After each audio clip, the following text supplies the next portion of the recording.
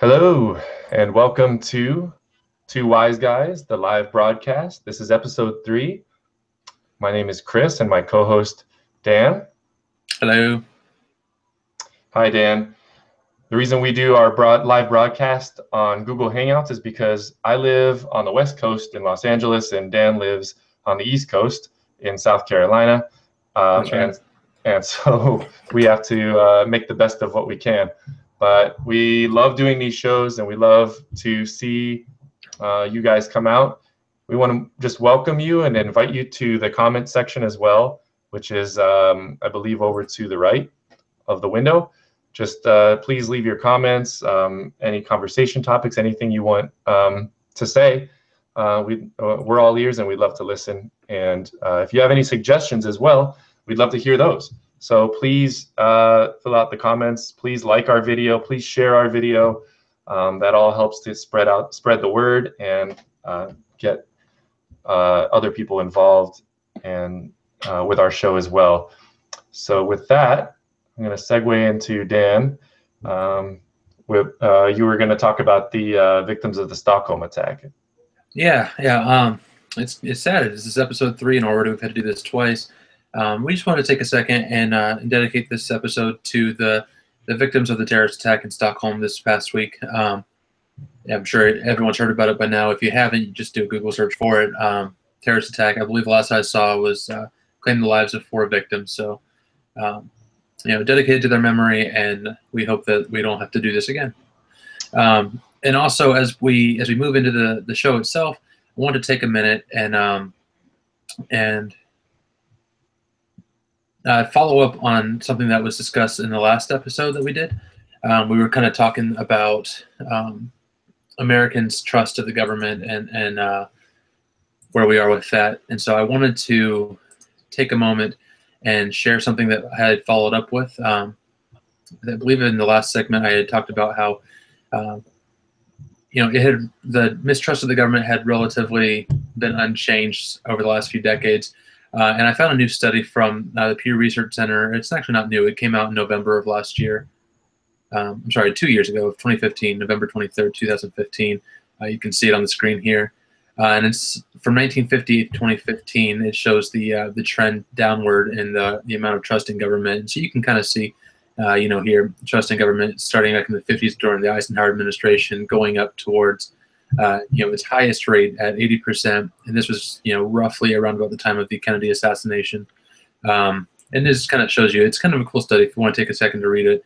Here's 9/11 happening right here, so trust went back up at that point and has consistently gone downward. So it's not the lowest it has been, but it is pretty low right now as well. So I just wanted to follow up with that and clarify something I had said before that I believe was inaccurate. So, Chris, anything you want to add? Yeah, can you leave that graphic up? Yeah, let me get it back up there for you. That's interesting. I was looking at the date, so it starts at 1958. Is there any reason particular that it doesn't go back further? Is that just when the study began? I believe that's when they started. I could be wrong, but I believe that's when they started measuring based on approval rating. I think that's really when they started trying to evaluate how much people trusted the government at the time. That is really interesting, though. I mean, those spikes that you mentioned, especially the 9/11 one, where the trust goes back up. That is pretty interesting to look at. Yeah, and right here, I don't know if you can see the cursor, but if you look around 1990, 1991 over here, it's kind of cool. You can see the historical pattern in there too. Here's the fall of the Soviet Union, and Desert Storm, and then going down. Trust decreases in 94 to 97, which is around the time of the Clinton scandals in the White House and things like that. So it's kind of a cool thing. Even if you're not really super interested, it's kind of a cool historical thing to look at. The amount of trust the American people put into the government at various times. Cool. Well, I think we're going to post that link up so under the video, so you guys can look at it. And please, take a look at it and leave your comments if there's any interesting trends that you notice as well. We'd love to hear from you guys. The more people that get involved with it, the greater the conversation becomes. So let's transition into our first segment, the good, the bad, and the strange. And Dan, why don't you take us away? All right. This time around, we're only going to have three choices here, rather than having each of us give three apiece. So the first one, and this one I know is going to be a little controversial, and I apologize to anyone who disagrees. Kind of sorry, not sorry, but I say this is a good thing. Let me pull it up on the screen share here. And I don't know if you can hear that, but apparently they decided they're going to start playing videos when I didn't want it to. So I got to. No, I'm not getting any audio over here. I think it's just whatever comes through your microphone. Okay, good. You don't hear it. But Neil Gorsuch is confirmed by the Senate as the next Supreme Court justice. So I know a lot of people are going to oppose this, and I think it's a bad thing, and it's unfair that Obama didn't get to name a third justice after he already named two. I personally think this is a good thing. I watched some of the Senate hearings. I don't know if you caught any of them at all, Chris, but I thought Neil Gorsuch did a great job. I thought he was very professional. He seems like a man who really wants to hold to the letter of the law, and is an originalist when it comes to the Constitution, which I believe is very close to what Antonin Scalia was. So it kind of maintains the balance of the court, which I think is important. Even though I personally believe that the court should be apolitical altogether, but in reality, we all know that's not going to happen. So that was my good story. You have any thoughts on this one? Yeah, just real quickly, I generally agree with his appointment, and if there's anyone out there who's really questioning it, I just would encourage them to really look at all of the facts and not necessarily trust what's being put out there by a lot of these publications. Don't take it for face value, is what I mean. So if you see some sort of claims about anything, in this case Neil Gorsuch, then check out for yourself and verify if these things are true or not, before we start bashing anyone. And that goes for us as well. For people who we don't necessarily agree with, we need to make sure we keep an open mind here. Yeah, definitely. And I think he's going to do a good job. And if you haven't already checked it out, his Senate hearings are all over YouTube, so you can go on, you can check them out and see what all he had to say, what his responses were. I think they have I think it was 11 hours per day of hearings for 4 days. So there's plenty of stuff on there. I know Steven Crowder. I know some people don't like Steven Crowder. I think he's kind of a jerk sometimes, but he's got some good videos out there. And he did a touch on, I believe he went to HuffPo, and he went to a few other, Slate and a few other of the more left-leaning publications online to find what they thought were the positives for their particular side, as far as the questionings of Gorsuch and what they saw as victories for the left, and then he posted those videos to show what had actually happened during those segments. They're being questioned by Dianne Feinstein and by Al Franken, and I thought he personally did an amazing job. So kudos to him. Congratulations to our new Supreme Court justice. And I hope that any ones that come afterwards are just as constitutional, just as originalist when it comes to the Constitution as that. Again, maybe controversial for some, but I thought it was a great thing. Moving on to the bad, and I'm sure this is kind of gone, has been well known all over the internet, and I think it'll be a good piece of discussion here. Congress just voted to let internet providers sell your browsing data. Now, there's a lot here, and some of this, to be completely honest, is kind of clickbaity, if you ask me. It has to do with the repeal of which one was it? It's up here. Of Senate Joint Resolution 34.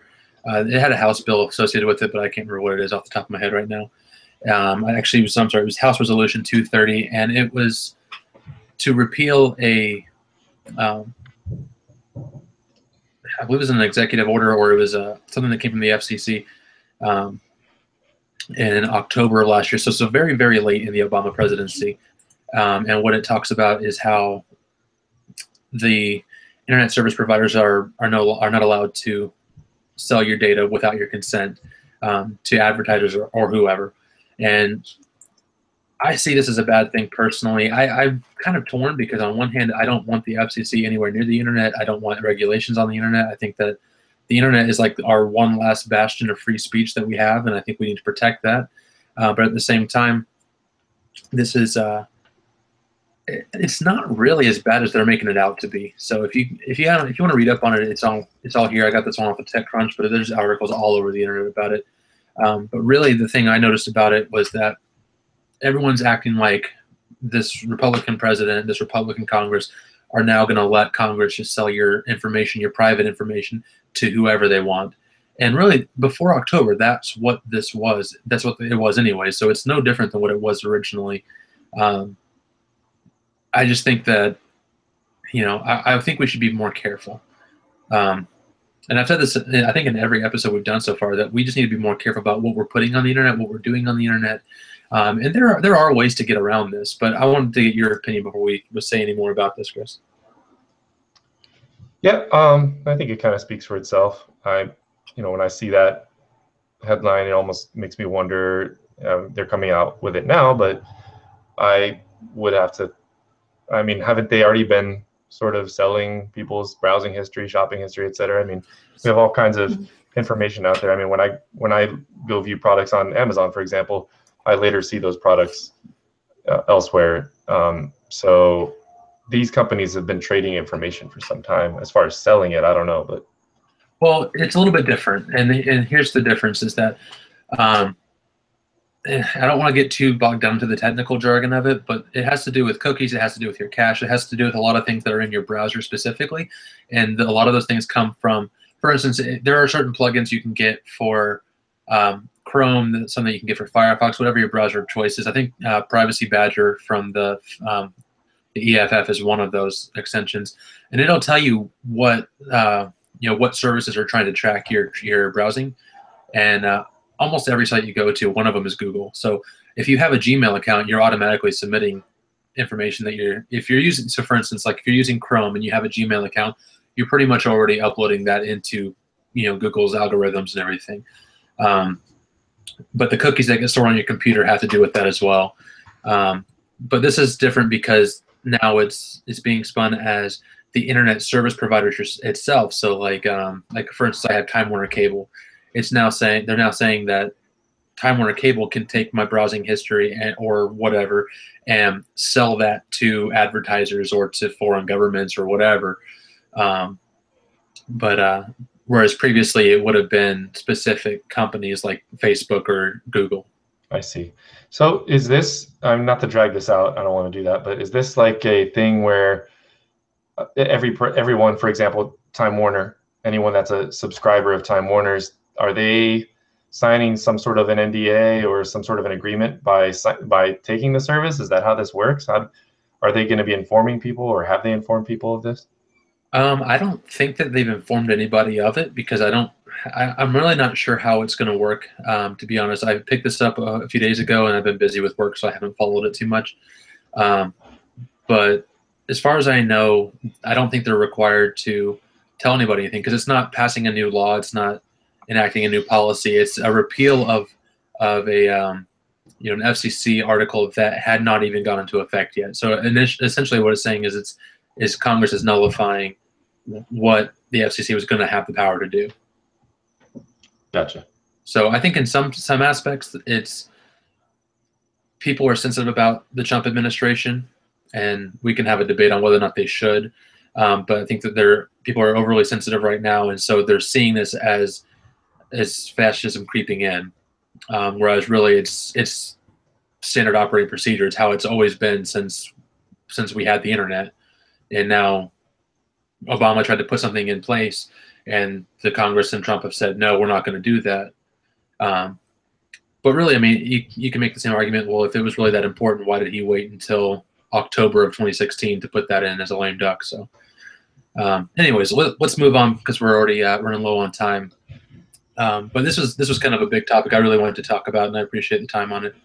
The last one is The Strange, and the article, it's got to take a second to load here, apologies, is smart mirrors in fitting rooms are giving shoppers a different look.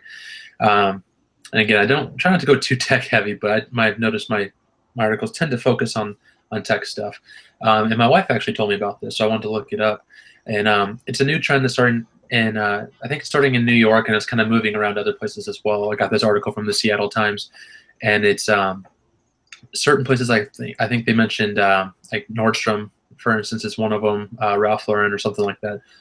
They're in their fitting rooms. They're basically putting these giant LED screens or LCD screens that have cameras fixed to them, and are using them as smart mirrors. So basically, it's, you can see on the picture here, it's the girl. She's in front of the screen, and it's recording.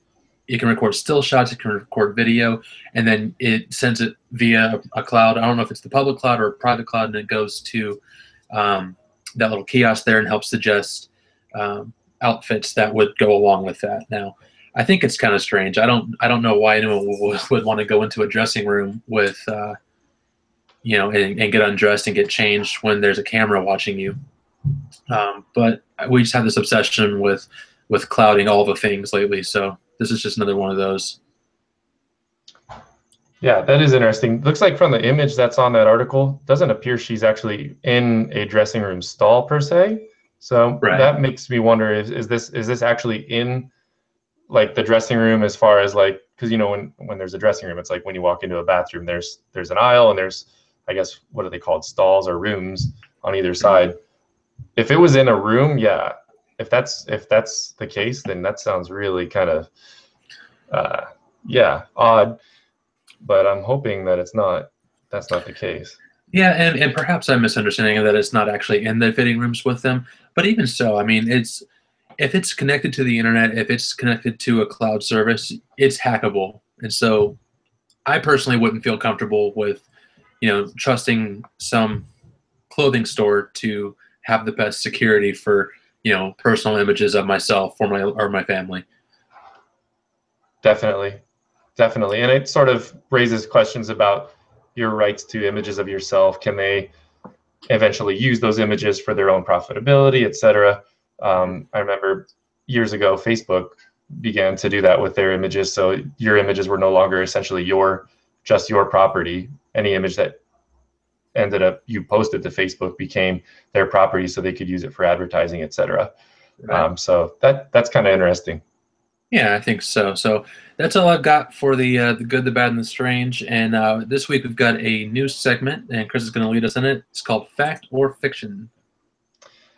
Yeah, so I'm pretty excited about this. We'll see if it's as good as I thought it up in the concept. So I'm going to turn on my screen share, and what I'm going to do here is I'm going to share about 10 headlines and Dan does not know what these headlines are. So I've gathered these headlines, and Dan's job is going to be to determine if these headlines are facts or fiction. So here we go. I'm going to share this.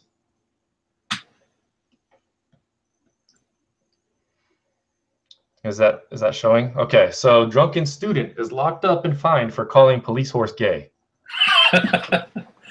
Oh man, I could totally see that happen. I'm going to say that's fact.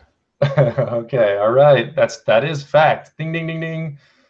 It'd be great if we could put a little score at the bottom of the screen, like Dan 1, Chris 0. But okay, so Dan's got 1 point. Headline number 2: son of Westboro Baptist Church leader attacked on live TV by naked 500-pound man who burst out of the bathroom, sat on him, and shouted, "Who's your daddy now?" Oh, geez, these are tough, man. I could see some of these actually happening. I'm gonna go with fiction. It's fact. Is it serious? It is fact. Believe it or not. Believe it or not. Do you have a screen share for this one? I don't, but I typed it out, so you have to trust me. Oh, you guys just have to take my word for it.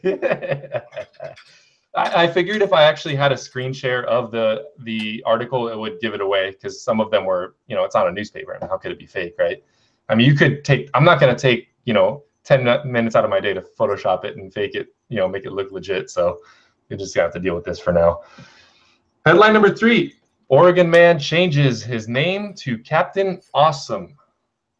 I'm going to go with fact on that one. Also fact. Very good, Dan. Yes. 2-1. Headline number 4, cops say a man ate stolen ice cream sandwich he kept in his pants. That's gross. I'm going to say fiction because I hope it's fiction. It's not. It's true. It is completely fact.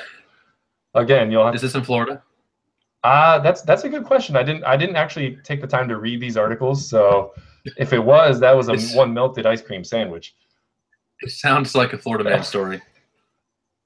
Headline number 5, donkey bomb kills 8 and that's supposed to say, that's my daughter's name, and Tira market. That would have been a dead giveaway. Jeez, fiction. It's fact. It is fact, Dan. Oh, man. I don't know where Tira is, but I'm guessing it's somewhere, in the Middle East. Sounds like it'd be. I'm guessing it's somewhere where they frequently use donkeys. Headline number 6.